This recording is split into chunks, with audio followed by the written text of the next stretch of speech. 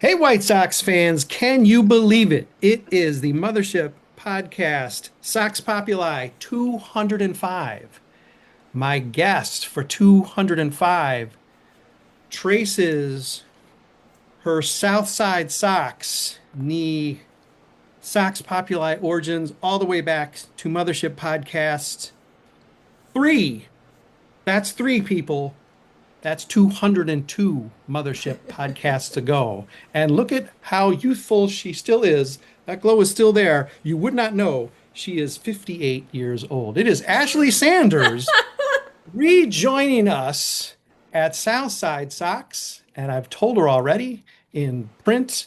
I've sent telepathic messages and also here in our pre-show chatter. I could not be more delighted to have someone the caliber of Ashley Sanders back with us doing some work. And that goes not only for the skill and the analysis and the communication ability, but just simply the energy. And it might not be a full-time position for her any longer, but I think at least maybe part-time engagement editor. It's a natural. That's the fit. Does that seem okay to you, Ashley? I like it. That's many, many kind words. I don't know if I deserve, but I'll take it. I'm very happy to be Okay. back. All right. Well, buckle up because you're probably going to get a few more. Okay, Ashley, because I know you're curious. You have any idea what we might have been talking about podcast number 3? Funny enough, I remember where I was when I Okay. recorded it because I was house sitting for my grandma. So I just remember doing our podcast at her kitchen table. The topic, however, couldn't tell you. Okay. We grandma did not come up. So, but our talking points seem to be reviewing the Yoan Moncada extension, Oh wow. the possibility of other future extensions, and of course, naturally, it being Ashley Sanders, we were focused on Lucas Giolito and an Absolutely. extension. Another really controversial, perhaps, topic that we tackled, Ashley, was why Carlos Rodón was no longer popping his top button out on the field. I do Yeah, remember that. because at Southside Sox, we tackled the stuff. The very Nothing important really got issues. past us. So, yeah, so we covered, somehow we squeezed that all in. That must have been like an hour and a half podcast, but somehow we squeezed all that stuff in. And I'm guessing like Yolmer Sanchez probably came up as well, but Probably. probably is. Okay. It is not carved as any sort of epitaph on a tombstone that no longer exists, but Ashley Sanders, friends out there listening, joined Southside Sox on May 3rd, first piece, May 3rd, 2019. And her return was made official by actually committing to something in print April 11th, 2026. So technically, It's cool. we gave you a sabbatical there for a while, Ashley, but Yeah, this is a 7-year tenure. I mean, I'll take I it. mean, yeah, I mean the stripes on the uniform, I think you've got like 5 by now. Right? We'll just keep adding them. It's funny that you say that because as I was writing the Noah Schultz getting called up piece, I had the Mhm. same thought, especially because you can preview the article and looks how it looks like it is on the website, so you see the date there, and I was like, huh, we are in the middle of April. And I was like, huh, this is my first piece back at Southside Sox. I want to say I joined around the middle of April, if not May, and here we go. Yep. Yep. It all makes sense. 7 years. Yes. Okay.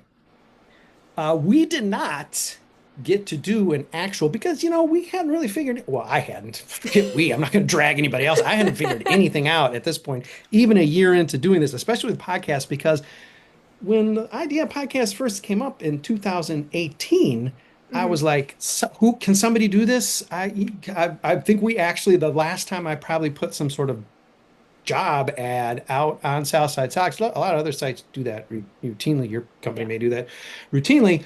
Um, I've shied from that because I want to be able to do a little bit more precise selection of makes folks. sense. But yeah, in this case, I said, well, I know I don't want to do this at all, and I don't really know how to do this at all. I still don't actually. Sorry, I know it's been like That's okay. I don't know, Nobody else 202 has to know. podcasts, but I haven't figured it out any better.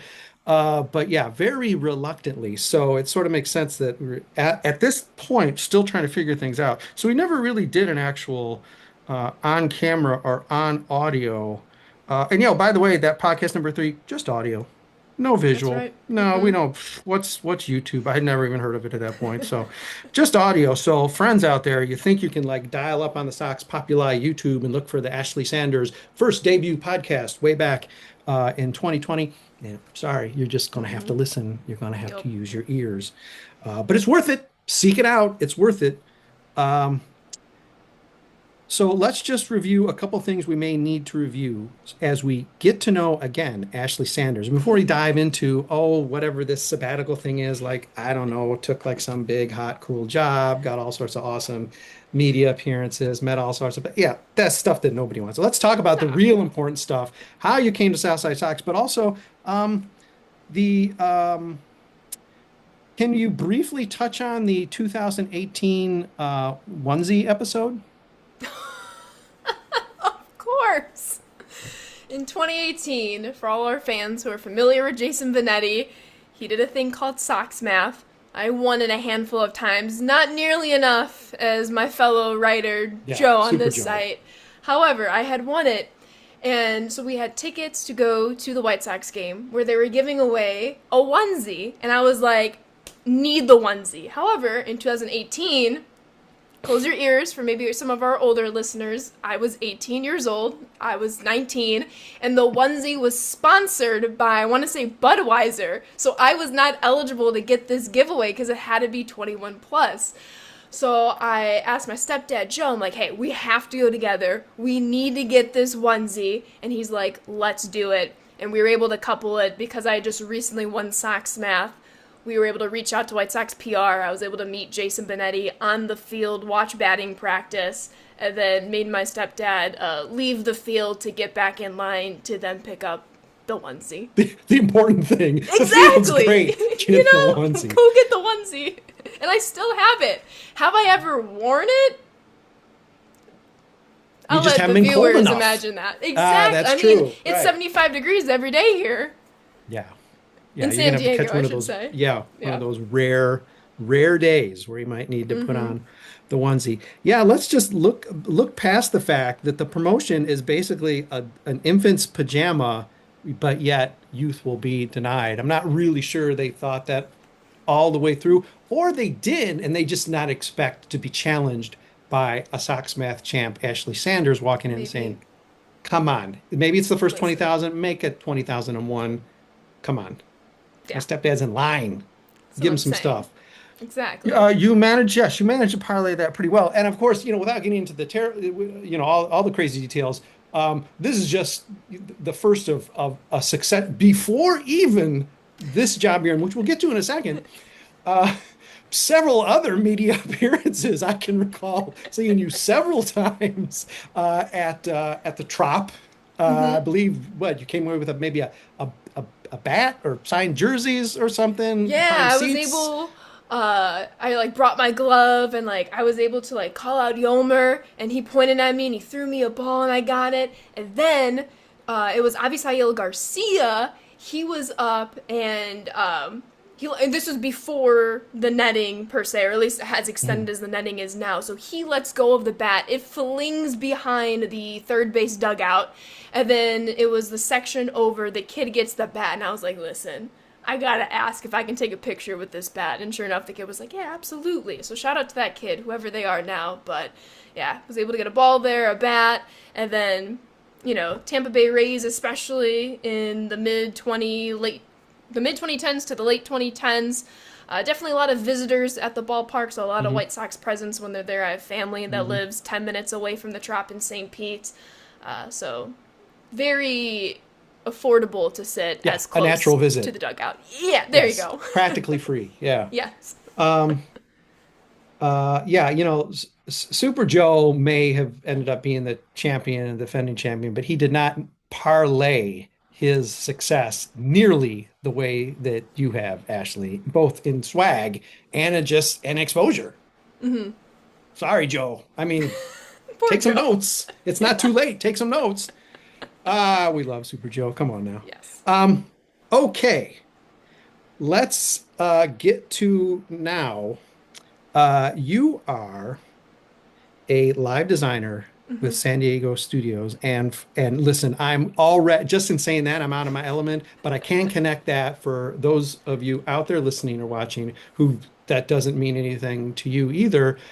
We can make a connection to the MLB The Show video game, which there's a chance you are probably quite devoted to, or at least know someone very close to you who is, because it is a phenomenon.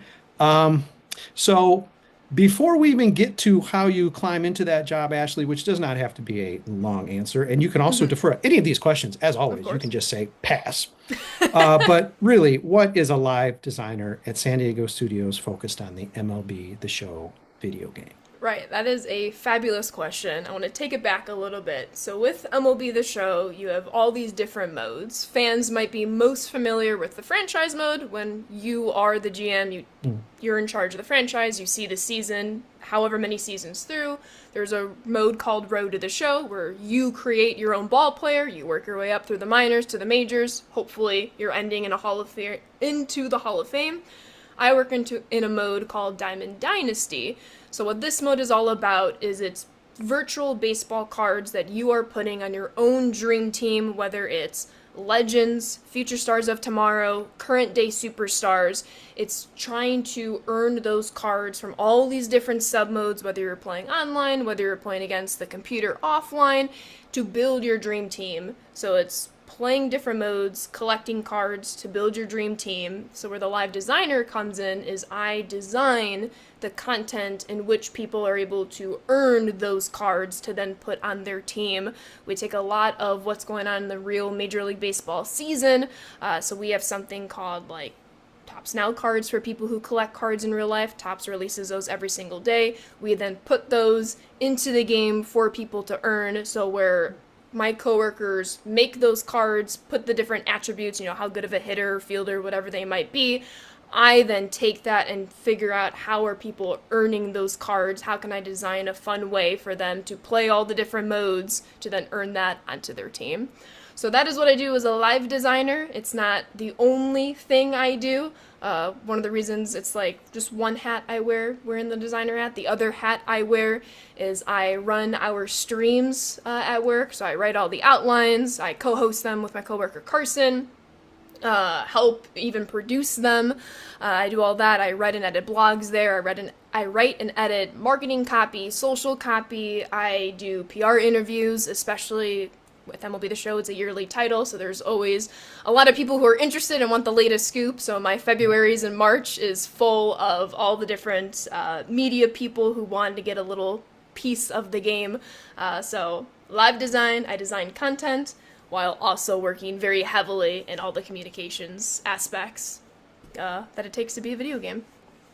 It might be a shock for those of you who have followed South Side Sox for a while and maybe remember Ashley Sanders on her first iteration here at South Side Sox.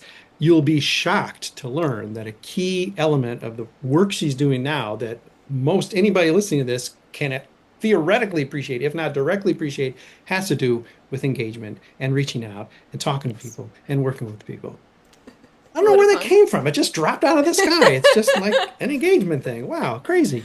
How did if there's a brief way to tell it, I know you may get tired just of talking about yourself and you've been forced to tell this story many times, but how did the sort of the job come about? Because this was not your track. The last thing I seem to remember, there was some sort of pre-med aspirations in Yes. between like short stopping, in pickup games and whatnot, medical career. And then it became engaging and playing and dealing with baseball video game. Yes. I love that question because it never gets old. Every time I answer it, it allows me to affirm like this is my life, this is real. But yes, last time Yeah. we spoke, I was a college student. I was thinking pre-med because I was pretty decent at school, love science, love math, I love communicating, I loved language, all of that fun stuff. While also, I really enjoyed English. It's why I picked up a second degree and got a Bachelor of Arts in English alongside my Bachelor of Science in Health Science. However, when you think about MLB The Show, video games, beat writers, all of that fun stuff, you think, yes, people have those jobs, but it can't be me. You know, it's a one in a million. You don't even think about it. It's could that be nice if it happened? Sure. I need to focus on what's realistic and going through the pre-med, if not like a possible teacher route. Like that's realistic. That's right in front of me. Let's do it. Well, 2020, the pandemic happens. There's no baseball. There's nothing. I'm over a year into my career at South Side Sox, and I approach you upon hearing the news that one of the video games I play, MLB The Show, is hosting a players tournament where one player from every team is playing as their team within the game to hopefully, win the Players League, if you will. So Lucas Giolito was the White Sox representative, where I would literally do Zoom University during the day. I'd watch his streams in the evening, talking to you. I was like, can I recap his streams as if they were actual games? And we're like, go for it. I mean, why not? There's nothing else going on right now. So that got a lot of traction, whether it's from Giolito himself, his own family, of course, from San Diego studio, MLB The Show, where from that point in 2020, for the next couple of years as I finished college, I was able to become a pretty prominent member of the community. I started streaming on my own on Twitch, gained a little following. I was invited to different virtual community conferences where I was able to kind of give my opinion on future content, future designs, what's going well, maybe what can be improved, just different ways that I can provide my opinion and constructive feedback. 2022, I graduate college, and it's like, all right, gotta make a decision. And so it was, hey, Twitch is going pretty well, this whole social media thing. Why not keep streaming in the afternoon, keep doing South Side Sox in the evening for White Sox games, try it out for a year, what can go wrong? And then right upon graduation, it's like I blinked and this happened. Through all those community conferences, making those relationships over at San Diego studio, my now boss, Steven, had reached out to me, and he's like, hey, we have an opening. We want you to apply for it. So I apply, go through the whole interview process, and the summer of 22 passes, and I am moving to San Diego from the Chicagoland area at the very end of August to start being a game designer for one of my favorite video games. It's a pretty good thing when the person who becomes your boss, the person apparently doing the lion's share of the hiring decision, reaches out and says, I'd like you to apply for this job. That's got to make you feel like you got a pretty good shot.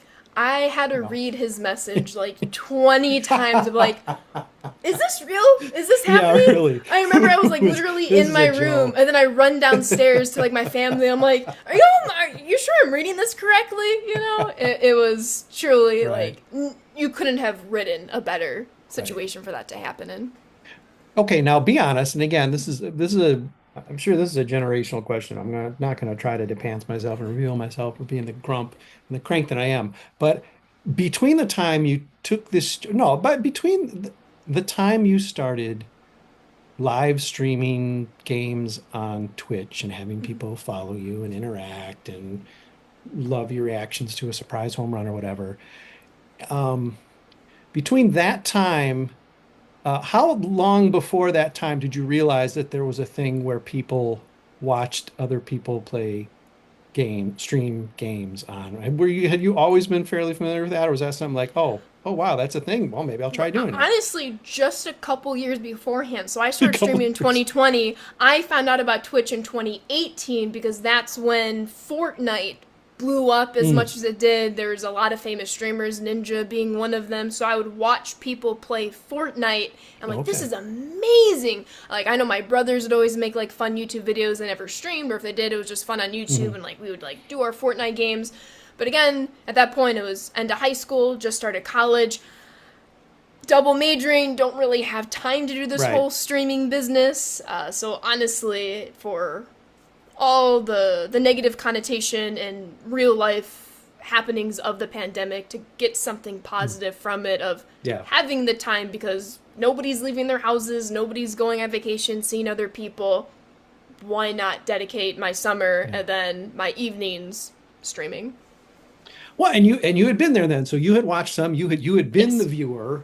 Yes. So having sat in that seat, I mean, I'm not sure that necessarily would alter how you would play the game or how you engage, but maybe still. And knowing you weren't going to let people hang. you were going to engage as much as you could with people who are following questions, comments, and all that. So, that can only, I'm sure, speed your popularity and probably the fun, right? What's the point of not engage? Oh, I never read the comments. Well, I understand there Right. can be a very real reason for that, no Yes. doubt, especially in this Yes. world. But, Yes. as just a principle, geez, okay. Yeah, when you're starting out, Well, especially in a time like yeah. we were deprived from seeing people face to face in real life, and hard to believe, me being a people person, I was like, I need to get out this social energy that I have in some way, shape, or form.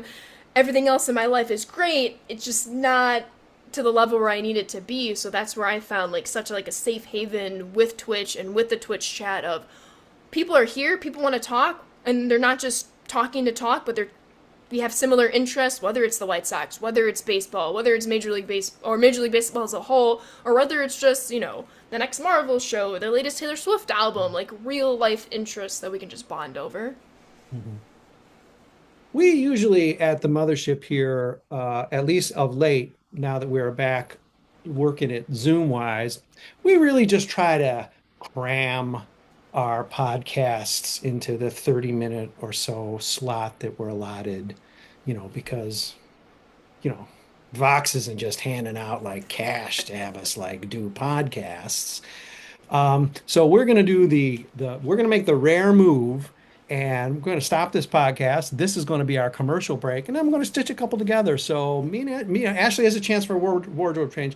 Probably not a good idea because we're trying to keep some continuity. But Ashley and I are going to commiserate here in a minute. We're going to start up a whole nother Zoom so we can attach a little bit more talk. We're going to focus a little bit more on the White Sox, still with Ashley's journey with the White Sox, but then also the 2020 because I don't know, as we were going to record, I heard something about Andrew Benintendi having like a second triple. So, I mean, this is stuff we cannot ignore on a White Sox podcast. So trust us, we will be back in a minute or two. Listen to whatever things they want to sell you there on the Fans First Sports Network. I'm sure it's quality stuff. Please consider it carefully. And I promise you, Ashley Sanders will be back, and yes, also I will. But come on back for Ashley.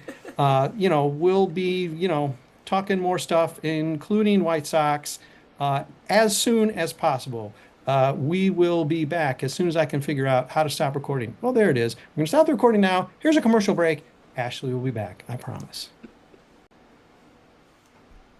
Hey, White Sox fans, welcome back. And if I haven't figured out a way to stitch videos together, I know how to do it. But if I somehow forget, well, then welcome to Sox Populi Podcast 206. We'll call it part 2 with Ashley Sanders. But no, I think this is just the second half of 205. Yes, it's 202 podcasts since Ashley Sanders' first appearance on a South Side Sox, a then South Side Sox podcast where we discuss things like why isn't Carlos Rodón popping his top button any longer? This was pre Carlos Rodón even being any good discussion.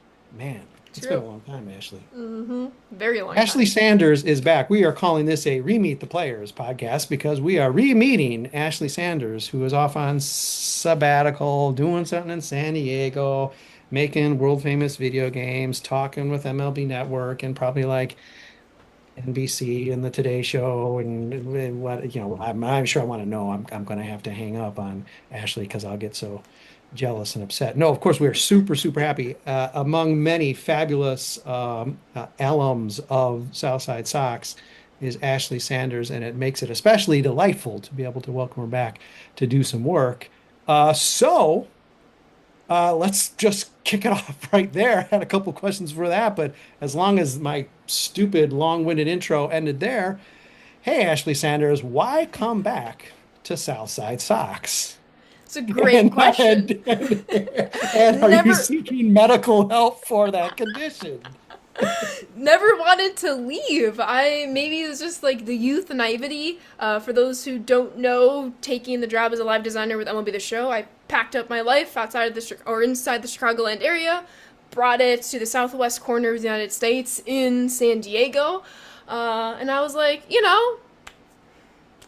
I'll move and I'll hit the ground running.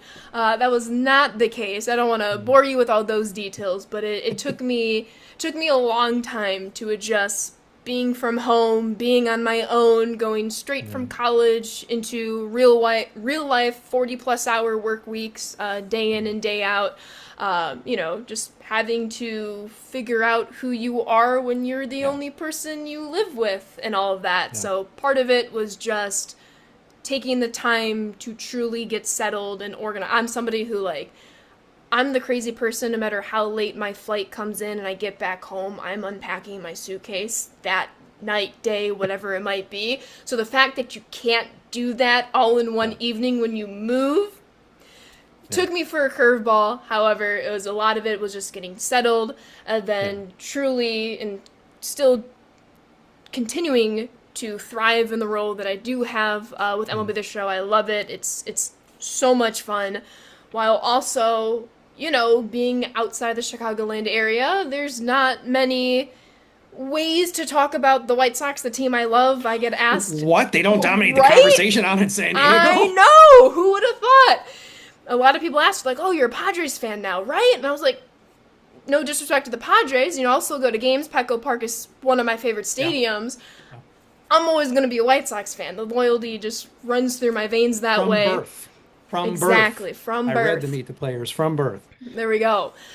So knowing truly settled, having that, doing very well in the day job, if you will. I still have an energy, a want to write and edit and podcast and talk all things White Sox. I know better than with the crowd that kind of raised me in this space of the writing, the editing, the talking. As corny as that might sound, it is the truth.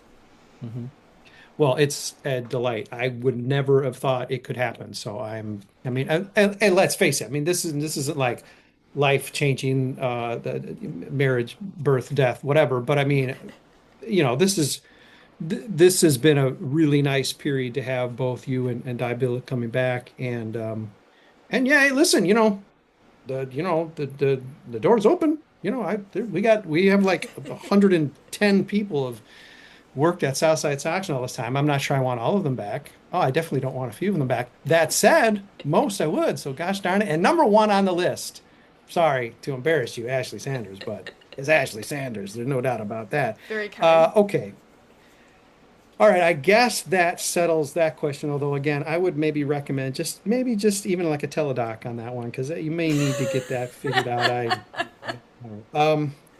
Okay. Were you, given that in your time away, actually, things haven't been so, you may have heard they haven't been so great for the White Sox. And as you may definitely acknowledge now, they're really still not quite out of it.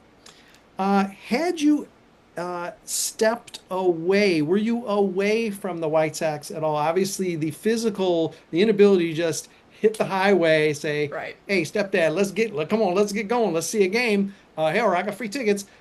Is going to cut into it a little bit, but did you stray at all or rethink your priorities as a fan, like many of our fans have, and I can't blame them. It's a fair question, and my response is you can take the girl out of Chicago, but you can't take the White Sox, the Chicago White Sox, out of the girl. I was still very much in tune, even with the 141 loss season just a couple of seasons ago, watching every single game, talking and liking and just consuming all the different like White Sox Twitter tweets, still consuming South Side Sox content, never left, because for as tough as those times were, fan through and through, and to people who did step away from the game, all respect. You do what is going to help you.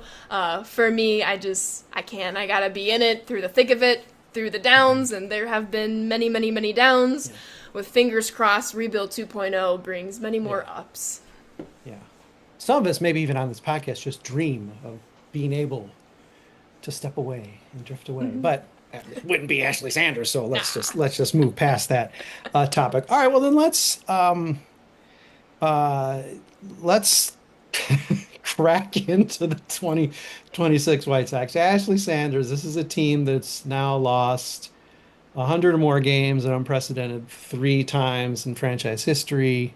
They are a losing franchise for just the second time in 126 years of franchise history. Let's hope that the duration of this losing time, all that time spent losing after Black Sox, dug them a hole that it took almost the entirety of the go-go 50s to get out of. Let's hope it's not another 8 years as a losing franchise, True. even I though mean, that builds, yeah. I was gonna say, to your point, I think I misspoke earlier. I said 141 loss was 121 loss White Sox, so we're already significantly better. You know, we just Oh, gained 20 yeah, wins right there. we did. So, We did. but We yes, did. hopefully a lot quicker than multiple decades of a turnaround that's needed. Yes, it only felt like 181, but yes, it was just 121 and could have easily been so many more had not the Angels rolled over, even worse than the White Sox at the end of 2024. Um, so yes, all the historical embarrassment and shame that we're in now, and the notion that you're going through another rebuild without really realizing any spoils of a first. Of course, a pandemic throws that off a bit. But okay, minor factor maybe. The bounty of 2021 evaporated almost instantaneously. Terrible front office decisions, whether by character of player, quality of manager, fear of spending. It's been a rough time. You've picked a good time to be on sabbatical, Ashley Sanders. That said, 2026 promises to be better. We all, staff-wise, universally believe the team to be better. Even the cynics and the grizzled, such as myself, I think I had them at 9 more wins, which at any season you'd stand up and applaud. When you start at 60, yeah, you probably want more than that. But I would say the average the folks were picking 73, 74. That's a nice jump. They're Yeah. not playing that way now. How you feeling about the start of the season before we get into where you think they're going to project as the season goes on? Right. It was very much same old Sox, unfortunately, throughout, especially that first series with the Brewers, where it's March, April, you come out of the gate cold. We have not been a historically good March, April hitting team, especially, which I know it's hard coming from over a month in Arizona, then coming to the frigid Chicago. However, we started back-to-back series in domes, ballparks with roofs with Milwaukee, and then heading down south to Miami. So that is tough. And then you finally get a little bit of glimpse of, oh, we're going to do this, that third game of the season to wrap up the series against Milwaukee. We have a lead. We have a lead later into the ball game. And then it's the, oh, here we go again. We blow it. Unfortunately, it's too late in the game to come back from it, and you drop the whole entire series. Similarly with Miami, where that was, you can probably attest it to many different things. After winning the first game in that series, you go to second game, Shane Smith on the bump. It was like the first or second inning, 1 out. He gets a comebacker hit right to him. Easy double play, I say, as somebody who has not played professional baseball, and it's thrown into the outfield. The Marlins they put up a crooked number, 4 runs that inning, and we just could not come back because it was our own self-inflicted damage of not doing the fundamentals of defense correctly, and then pitching letting us down, especially later in the ball game, whether it's the bullpen. And then we come to today, where it is a little surprising that since the beginning of April, we starting pitchers, I want to say, I don't believe it was all our pitchers. Maybe it is. Correct me if I'm wrong. We lead the league in ERA currently. So pitching goes well, and now we can't find a batter to hit above 200, who's supposed to be some of our superstars. So unsurprising, I'm still incredibly optimistic, even with this slow start. I had them as a very optimistic 81-81. They're not on pace to be 81-81. As much as I would love 70-75 wins, it's like, all right, we got to start picking up games where we can to still be in that conversation, because obviously you can't make the postseason in March or April, but you can sure miss it in March and April. If you're watching on the Sox Populi YouTube, I'm not sure if you see the regret in my eyes as Ashley Sanders admitted prognosticating 81 wins. I'm regretting slightly just the absolute open door. Just come on back, no problem, Ashley. I think we needed to have maybe just a little bit of vetting there. Yeah, that actually would have been, I think, our top pick. And of course, I'm sure, at least in my own mind, if not outwardly, mocked the 80 win prediction. So yes, Rightfully so. I It was would my hot have. take of the season. That's a hot take. Early That's a predictions. I was like, hot take. realistically, I want to say between 70 and 75. Sure, 75, potentially a hot take for some. And I was like, you know sure. what? I wouldn't As be long me as if you're I didn't saying go big. 75, Yeah. just I'm like give them 81 and six 81. more. We didn't win this season, but we didn't lose this season. Yeah. Yeah, the one of the bonus questions this year in our predictions was, will the White Sox have a winning record after today, after tax day? And at this point, I mean, they're at least going to have to make some games up. And surprisingly, I want to say maybe half of the pickers this year said that we would have a winning record in a meaningful part of the season. I know late April is still not quite meaningful, but True. for White Sox fans, it would be pretty meaningful to have a winning record at all, which, by the way, they haven't had this year. So, yeah, at this point, yeah, I mean, I know you would have definitely checked the yes box on I that one because, the 100% would have. 500, yeah, come on, jeez. I mean, I would need They'd probably to. be, yeah, they'd probably be like 10 up at some point, and they're like, all right, they Right? have a You would just losing think. streak or something. Tell me this again, and not in any way using these questions to try to cut into the optimism that you have, even though it is definitely hot knife through butter territory. Hmm.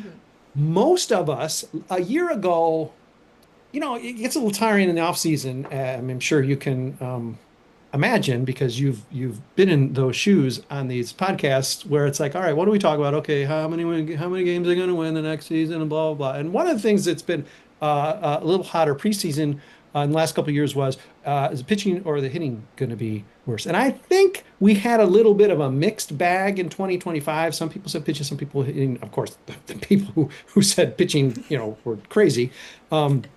Because the hitting was horrific. And thankfully, if not for that second half, they would have been destined for yet another all-time worst war-wise, at least. I mean, just pick your metric. And I'm sure I'm cherry picking, but when the White Sox in 2024 were the worst American League team war-wise offensively in history, yeah, it sort of stands out.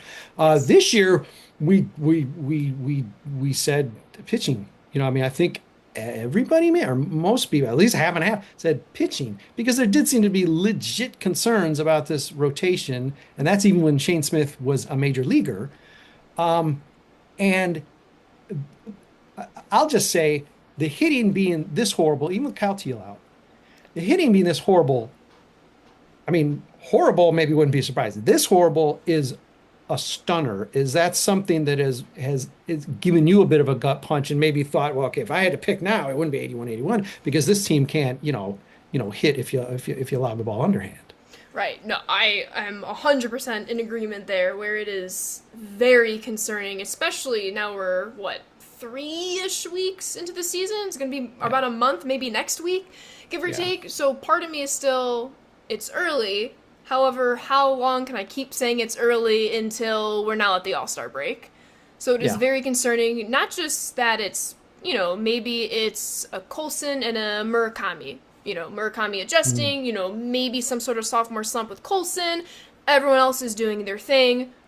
It is what it is. The fact that it's the youngsters to the veteran presence to everyone in between. When Everson Pereira, no disrespect to Everson, is, Mm. I want to say, either your home run leader or close to it, right behind Murakami, I should say, with 5 bombs. That's not what you would expect going into the 2026 season. Yeah. As Ashley and I are recording, because we've been recording over the course of 6 hours tonight, we are now in the bottom of the seventh in the live game on tax day, April 15th, 8-0, Tampa Bay over the White Sox. Colson Montgomery, the hitter on this team, 3 strikeouts and 3 at-bats. He's really scuffled, although he, as of a couple days ago, had the best WAR among hitters on the team, which tells you how this season's been going. Yeah. Oh, what a mess. Yeah, really a somewhat stunning setback to me is this hitting, and that's not even assuming. I don't think I would have said Murakami to have 5 long balls already. I mean, obviously Right. he's struggled as well, but hey, homers are the homers, and that's I'm sure what's powering a lot of what Colson's bringing, probably some defense, but also just the power game when he flashes it, 2 or 3 times this year. Hmm. That's gonna I mean that's gonna put you, I guess, above zero. There's nothing else, and you see this team. I mean, even given your optimism, Ashley, you have to look at these lineups and even realizing there's some players in the system. I don't know another impact bat that's going to come up. Maybe Braden Montgomery. That's a stretch. Hmm. William Bergoya Jr. is not going to revolutionize the game. He's going to chip away Right. at stuff, but I don't know. That's another Mydroth on the roster. Fine. So there's no impact back coming. And they need something. You got to look at this lineup and say, I mean, what are we doing? I mean, I know Right. since birth, so this is, okay, you know, decades of fandom. That said, you got to look at this and say, why are you serving me this slop? No offense to any of the guys, and I want you to succeed, but what Hmm. is this? Andrew Benintendi is leading off tonight for a Hey, major league he's got a team, and that's triple probably not even the tonight. craziest thing. Yeah, right. He's laying it out. He's got Yeah, some don't just wheels again. terrible time to diss Andrew Benintendi because he put up his second triple of the season Yup. this year. Hmm. But it's Bought just, himself a pass. I mean, I mean, it has to make even you wince.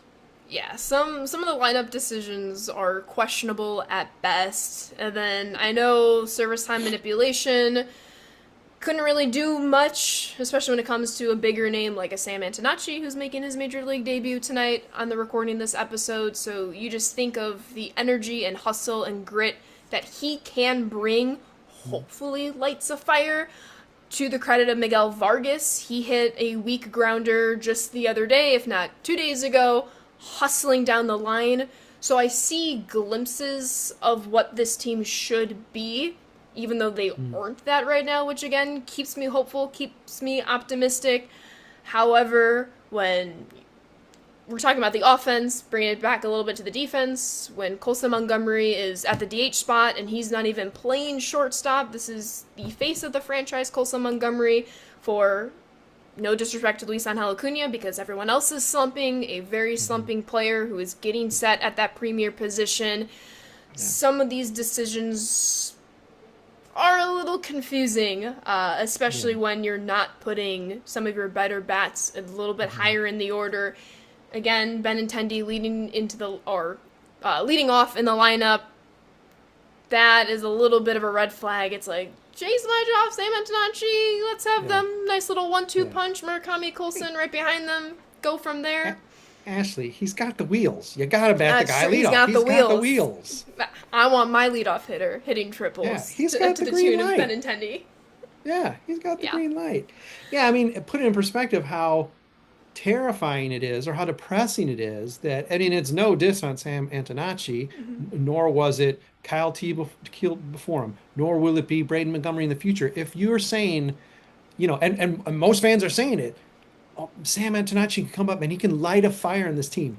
A guy who's never played, a guy who's been a pro for one full season and Hmm. change, um, is the guy is the guy, and I get it, it could happen. I get it, Yeah. and believe me, if he takes off, he's gonna drag some guys with him, and let's pray it happens. But wow, you're pinning, technically the 25th guy on the roster, or 26th guy on the roster, at least at the moment. He's probably already moved up to like fifth, already. Now that he's actually played a game. But I mean, that's rough. I mean, we are definitely not, and I don't know when we'll next be at the point where it's like, oh yeah, we're just bringing guys up because they're just going to supplement and bolster. Right. Any pitcher comes up, you got to be the ace. Or you got to be the closer. Any hitter comes up, oh man, it's sort of shocking he didn't lead off, tonight because what else you got? I mean, of course, Right.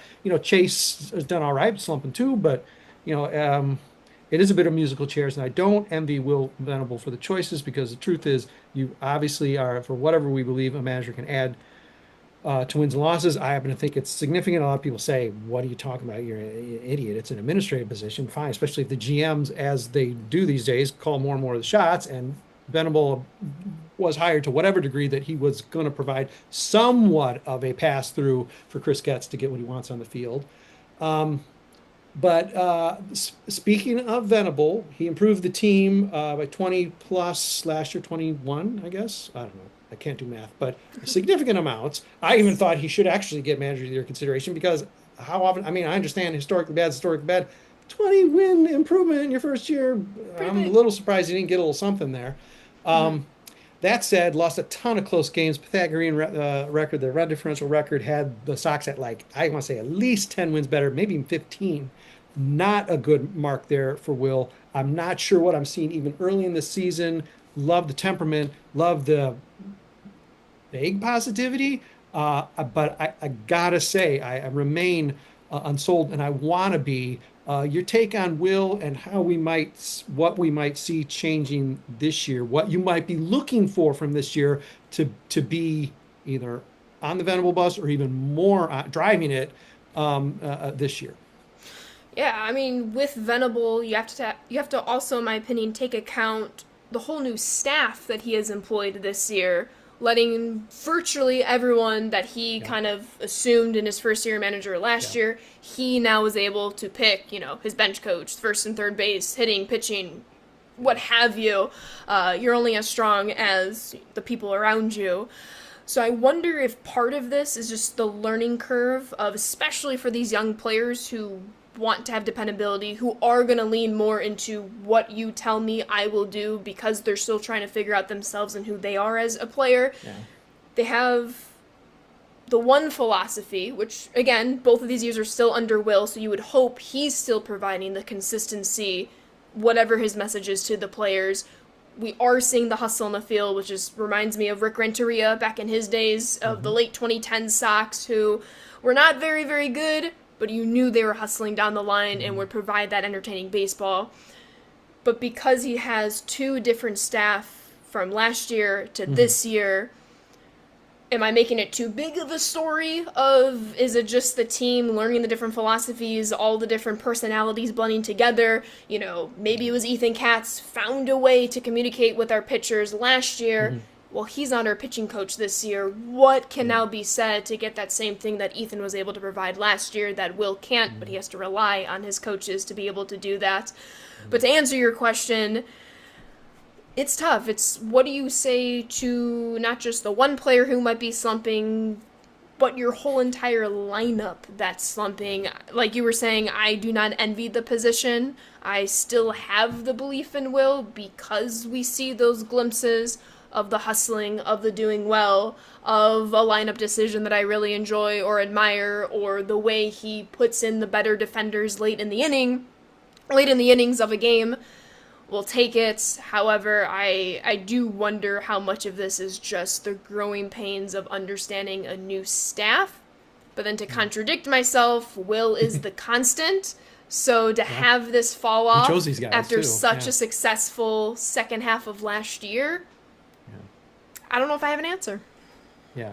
I mean, that was a 70-92 pace. I mean, people were going out of their heads in the second half last year. It was a 70-92 pace, which is worth going out of your head given where we came from. But Yeah. it's like, okay, wait, that's a 70 win team, and we're not a 70 win team right now. No. So, that's a technical step back, not to cherry pick small sample size too much. Another thing I'm still looking for, not that I'm looking forward to it, but another thing Mm-hmm. I'm looking for with Will is how does he handle his his first real gut check moment? I don't think last year we were presented with a controversy. I mean, besides like having Mike Clevenger on the team, but I mean, that's not necessarily his doing. That's not something that happened. Yeah. And hopefully he just voted to get the pack the guy's bags, but nothing came up.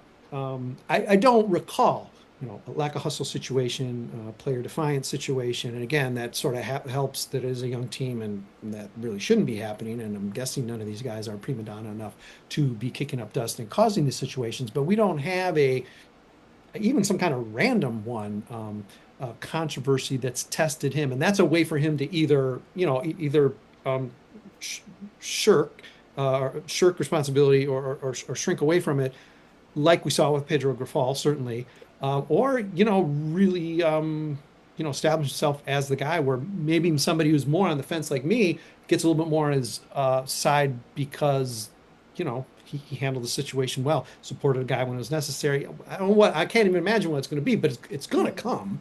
we Yes. live in the It's real inevitable. world, and the White Sox one day will be like expected to win, or just something. You can hope. He had. You're right. I mean, he had sort of a, you want to say a pass when you're taking over a 41 win team, but I mean, who was going to expect anything? And he couldn't. I Yes. mean, it does seem it would not be possible to be worse at the job than Pedro Grafal.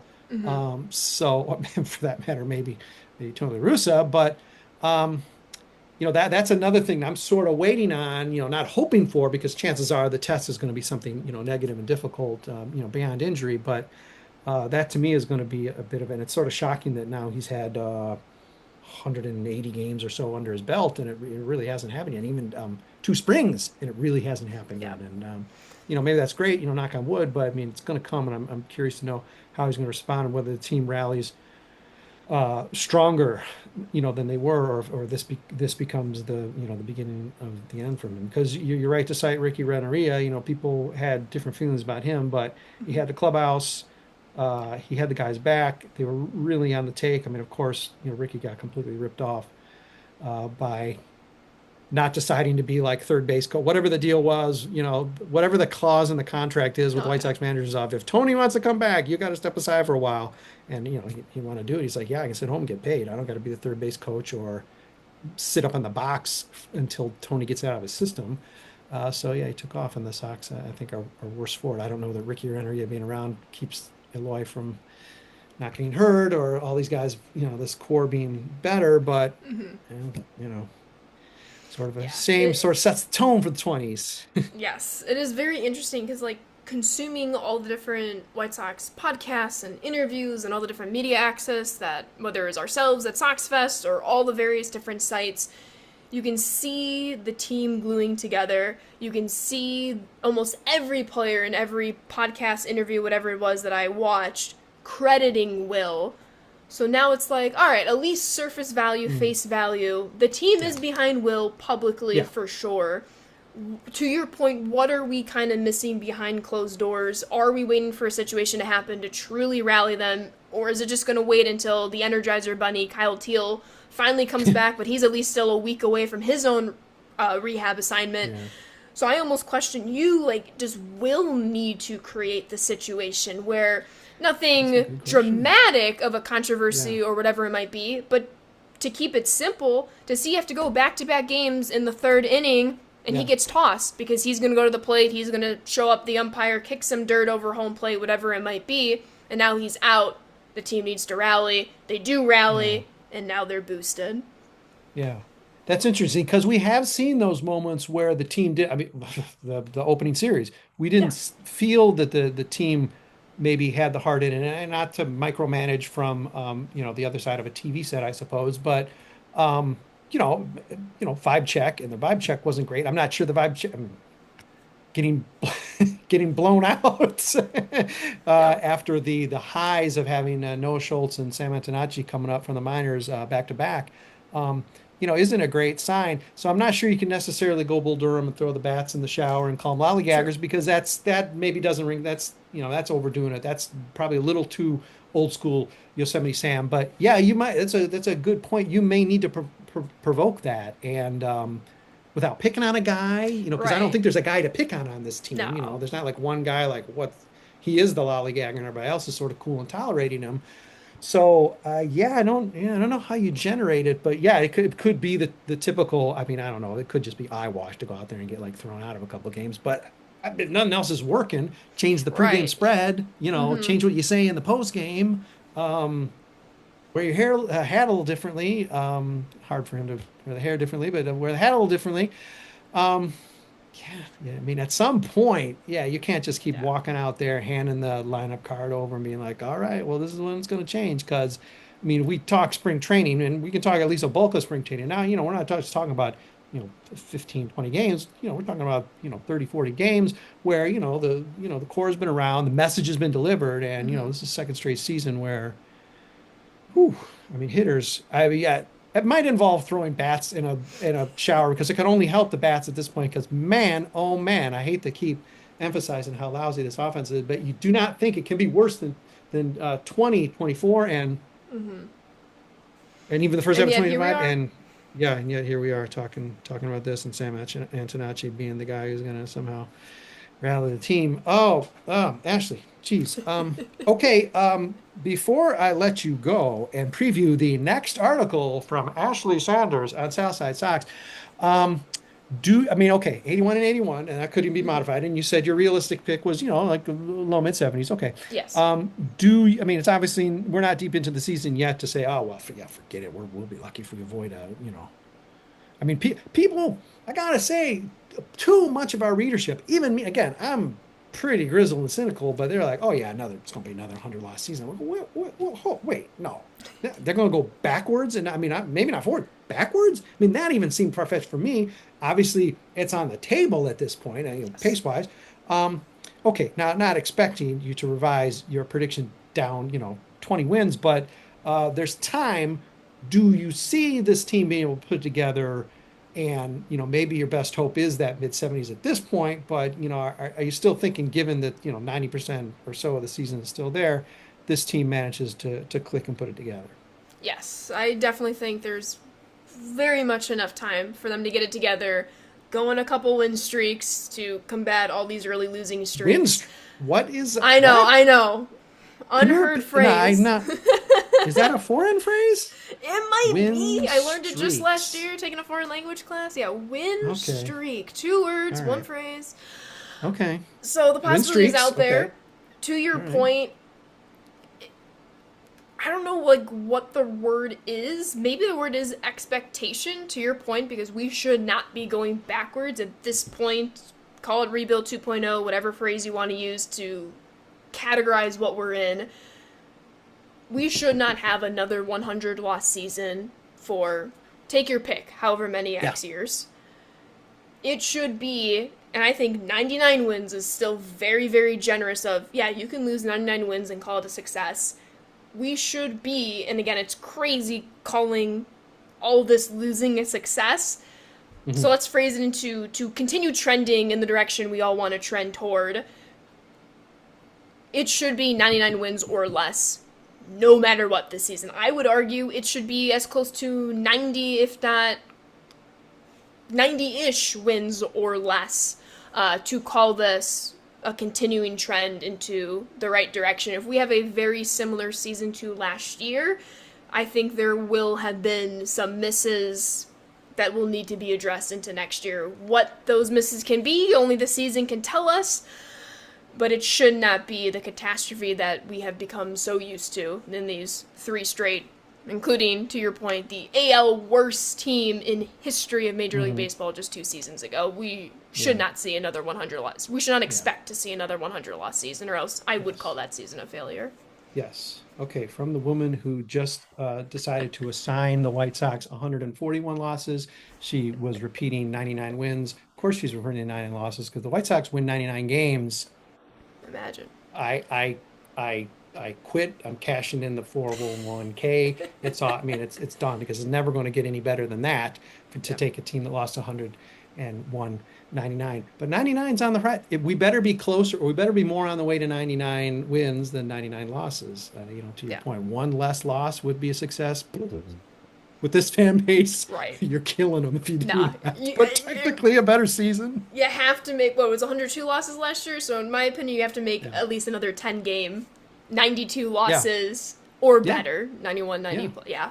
Yeah, and my dumb math, it's always been, okay, when you're rebuilding on an upswing, you want to jump by 10. And Yeah. that's not, I don't think that's too much asked because a team that's going to actually do something does that. Now, if we nibble at it or if we stall at 500, okay, well, we're not that team. But if we're going to be that team, yeah, you got to be thinking by 2030, this is a team now that we're talking about favorites instead Yes. of will they lose 100 games. Exactly. Whatever. Okay, the exciting news, of course, as we wrap up this Re-Meet the Players podcast with Ashley Sanders is Friday coverage. Coverage was a thing with Ashley. She did the recaps, and then when we had the six pack, she was killing the six pack. When we split into like Sports Illustrated, and some folks had to like stay behind at South Side Sox and like do some stuff for contractual obligations or whatever. Ashley and Joe were high fiving and like trading off six packs or whatever. Just killing it with the recapping. So truly, I mean, we can say she's home, but truly coming home is game coverage. That comes up in just 2 games. Right. Oh, let's face it. This Wednesday Basically game is tomorrow, done. you know? So Yeah. one game, yeah, essentially, it's right on our doorstep. Ashley Sanders getting ready to type up a recap, and you're going to enjoy it. It's going to be, you're going to recognize some of the phrasing. You're going to recognize the enthusiasm. You're going to dig it. And if you never heard of Ashley Sanders, well, you're still going to feel like you know this stuff because, or you've been wanting this stuff because Lord knows few people who can provide it. I know I can't. I've had a brief moment or two of like, oh wow, maybe this team is turning around. Yeah. Then I try to figure out what the definition of win streak is, and then I fall into that rabbit hole, and it's a mess. It's a mess. Well, as we wrap up, Ashley, I'll just say once more, it is an absolute delight, beyond my dreams, to have you back, being able to contribute with us, and that goes for being a part of our team as well, because of course behind the scenes that makes a big deal as well. Of that sort of engagement, because we want to interact. We're a team to whatever degree without being overwrought about it. Family, especially, you got to cling tight to that family as you are struggling through the difficult waters of the mid 2020s Chicago White Sox, and possibly even, despite what Ashley says, 2026 season. Right now, maybe not so great, but maybe it all turns around when Friday coverage comes around. And White Sox, if it does turn around on Friday, when Friday coverage comes around, you better think of Ashley Sanders come Christmas time or whatever. Take care of her. Ashley, thank you so much for you can't back out now. It's official. You're on a Meet or Re-Meet the Payers podcast, so it's done. Much more with Ashley Sanders in print. Hopefully, hopping on podcast when she's available. I know the ladies' nights are they're going to pick on her. They're going to call her every other podcast or whatever. I'll probably be bugging her as well because it's always fun to have her on and around. Ashley, thanks so much, and look forward to coverage on Friday. Thank you, Brett.